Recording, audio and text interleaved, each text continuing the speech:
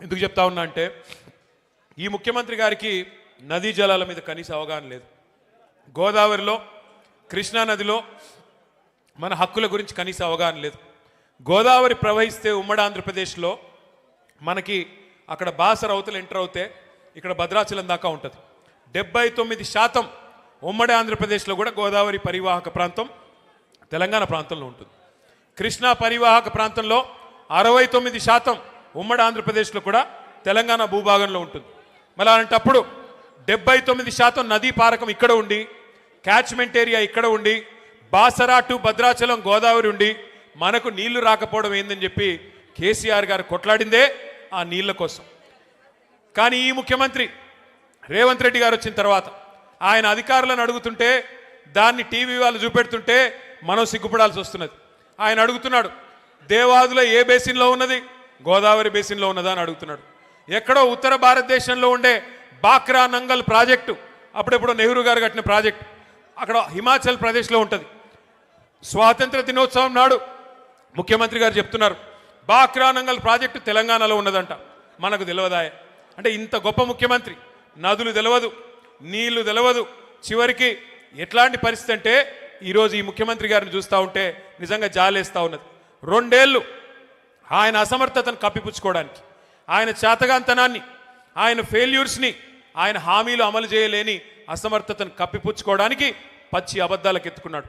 ఏం మాట్లాడినా, ఏం అడిగినా, ఏమయ్యా రేవంత్ రెడ్డి గారు ఎందుకు అమలు చేయవు? 100 రోజులు 6 గ్యారంటీలు అంటివి ఏమైంది అంటే ఇలా ఒకటే పల్ల వెతుకున్నారు అందరూ. ఏమంటారు వాళ్ళు? కేసీఆర్ అప్పుల పాలు చేసిపోయాడు, కేసీఆర్ రాష్ట్రాన్ని అప్పుల పాలు చేసిపోయాడని చెప్పి దుష్ప్రచారం, అబద్ధాలు చెప్తా ఉన్నారు.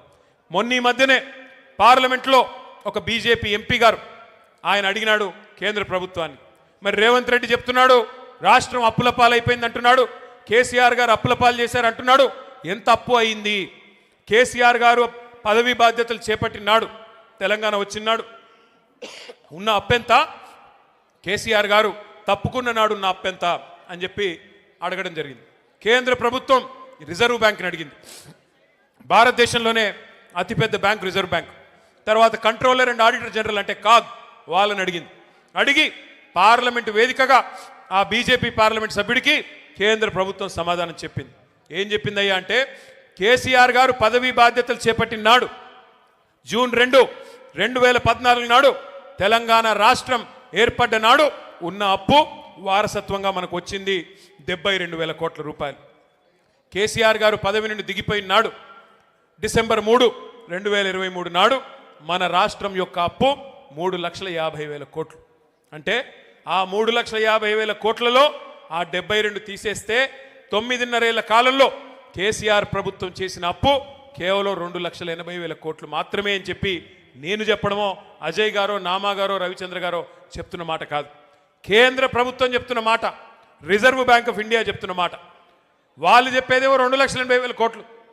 బట్టి గారిని అడిగితే 6 లక్షల కోట్లు అంటాడు, తుమ్మలను అడిగితే 7 లక్షల కోట్లు అంటాడు, బాంబులేటిని అడిగితే 8 లక్షల కోట్లు అంటాడు, రేవంత్ రెడ్డిని అడిగితే 10 లక్షల కోట్లు అంటాడు. నోరే కదా, ఏముంది, ఎటు పడితే అటు మాట్లాడచ్చు, ప్రజలు వెర్రోళ్ళు కదా, నమ్ముతారులే అనుకుంటున్నారు ఈ సన్నాసులు. నేను ఒకటే గుర్తు చేస్తా ఉన్నా, ఎస్ కేసీఆర్ గారు అప్పు చేశారు, 2,80,000 కోట్ల అప్పు చేసిండు కేసీఆర్. చేసి ఏం చేసిండు? 73,000 కోట్ల రూపాయలు 70 లక్షల రైతుల ఖాతాల్లో 11 సార్లు రైతు బంధు రూపంలో వేసిన నాయకుడు కేసీఆర్. ఎస్ కేసీఆర్ గారు అప్పు చేశారు. అప్పు చేసి ఏం చేశాడు కేసీఆర్? ఒక్కొక్క రైతుకి రైతు బీమా ఇచ్చి లక్షల మంది రైతులకి 5 లక్షల రూపాయల చొప్పున చనిపోతే ఎవరైనా నష్టపరిహారం అందించారు కేసీఆర్ గారు. ఎస్ కేసీఆర్ గారు అప్పు చేశారు. 9.5 ఏళ్ళు ఒక్క ఉచిత కరెంటు కోసమే వ్యవసాయానికి 50,000 కోట్ల రూపాయలు ఖర్చు పెట్టింది కేసీఆర్ ప్రభుత్వం రైతన్నల కోసం. ఎస్ కేసీఆర్ గారు అప్పు చేశారు. 2 దఫాలుగా 1,00,000 రూపాయల చొప్పున రుణమాఫీ చేయడానికి 28,000 కోట్ల రూపాయలు వెచ్చించింది కేసీఆర్ ప్రభుత్వం. ఎస్ కేసీఆర్ గారు అప్పు చేశారు 2,80,000 కోట్లు.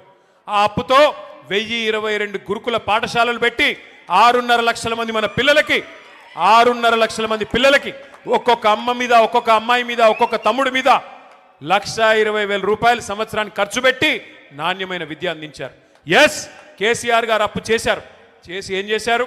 15 లక్షల మంది ఆడకూతుర్లకి ₹1,00,000 ఇచ్చి కళ్యాణ లక్ష్మి పేరుతో షాదీ ముబారక్ పేరుతో వారి పెళ్లి చేయించారు. ఎస్, కేసీఆర్ గారు అప్పు చేశారు. 32 జిల్లాలుగా తెలంగాణను మార్చి 32 కలెక్టరేట్లు కట్టారు.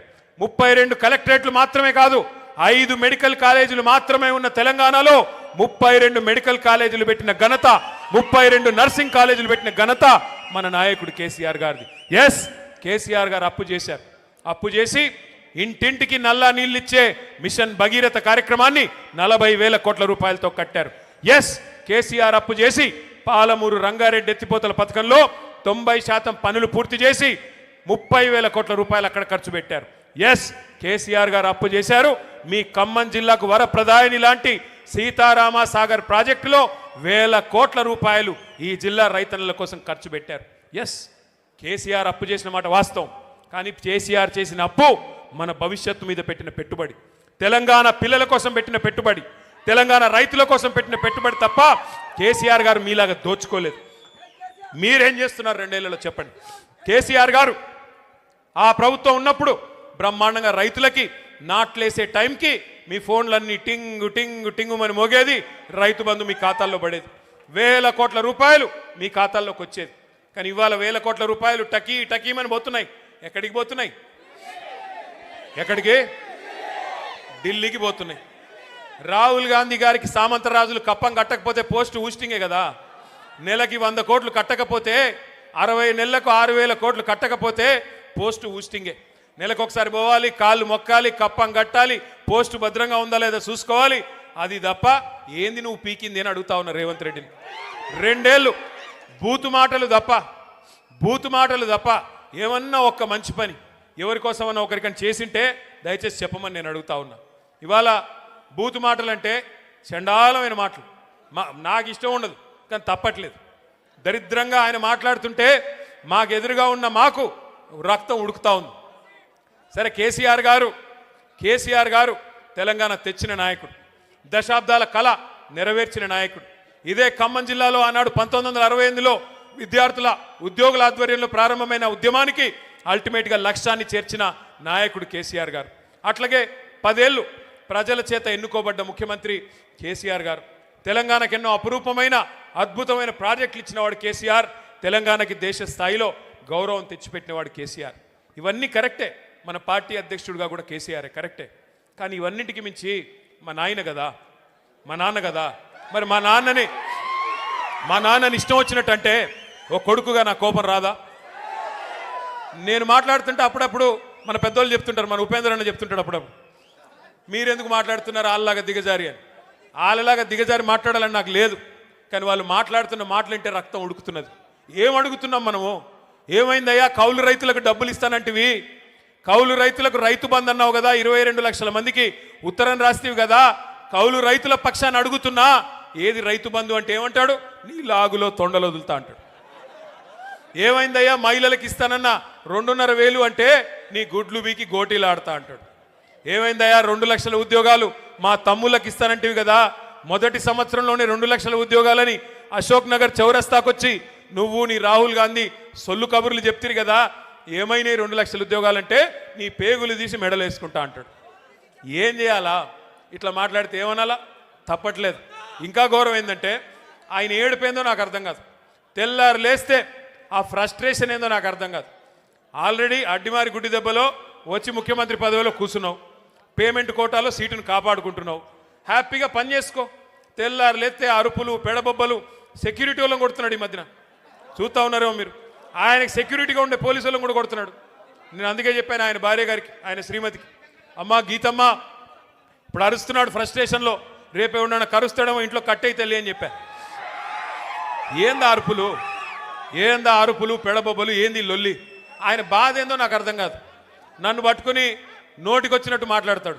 నువ్వు నీలాగా నేను గుంటూరులో చదువుకోలేదు అంటాడు. అవును, నేను చదువుకున్నా గుంటూరులో, నేను చదువుకున్నా, ఓ 2 ఏళ్ళు చదువుకున్నా. నేను 1991లో రాష్ట్రం ఒకటిగా ఉన్నప్పుడు ఆనాడు మా నాన్నగారు నన్ను తీసుకొని పోయి అక్కడ విజ్ఞాన్ కాలేజీలో లావు రత్తయ్య గారు అన్న పెద్ద మనిషి ఉంటారు, ఆ రత్తయ్య గారి కాలేజీలో వేస్తే ఖమ్మం జిల్లాలోని చాలామంది పిల్లల్లాగానే నేను కూడా పోయి చదువుకుంటే తప్ప నేను నీలాగా ఆవారగడ్లాగా తిరగలేదు. మరి నేను చదువుకున్నా.